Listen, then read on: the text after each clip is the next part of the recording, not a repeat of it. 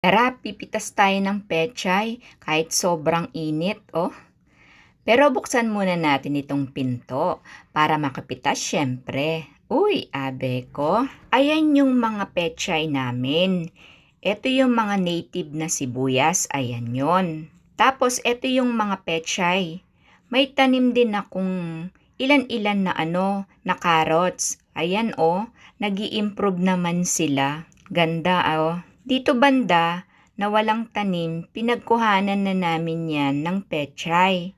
Tapos, eto na lang yung natitira.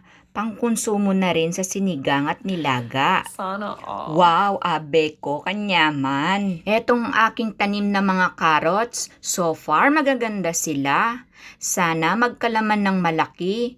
Yung last na tinanim ko, maliliit lang ang naging laman. Tara, magpitas na tayo, abe. Baka maging daing pa ako sa sobrang init.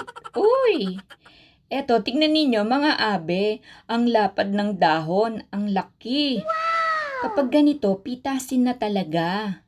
Pansin nyo ba mga abe, kapag fresh ang gulay, lalo't bagong pitas, malutong. Pero kapag nasa palengke na, medyo makunat. Buti na lang mahilig akong magtanim.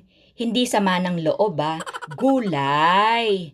Naging hobby na namin ni Papa. From sa aming backyard, diretso na sa pagluluto. Unlike sa palengke, ilang kamay pa ang umahawak sa mga gulay.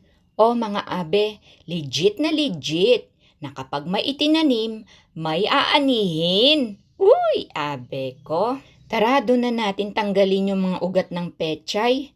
Abe ko, kapalin Uy! Oh, sesela na kamo. Fresh. Dito ko na lang pilian. Kasi ang init dun.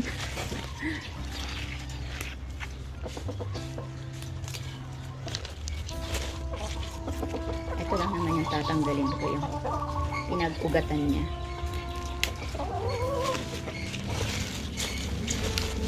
Nung Pasko kaya, ang pechay, grabe, isang ganito 20 pesos.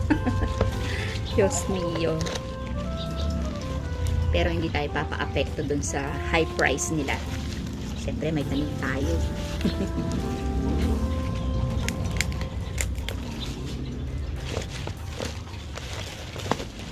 Diba? O abe, kung hindi ako nagsipag magtanim ng pechay, edi wala akong hina-harvest ngayon na pangsahog sa aking sinigang. Nakatipid na naman ang inyong abe. Diba?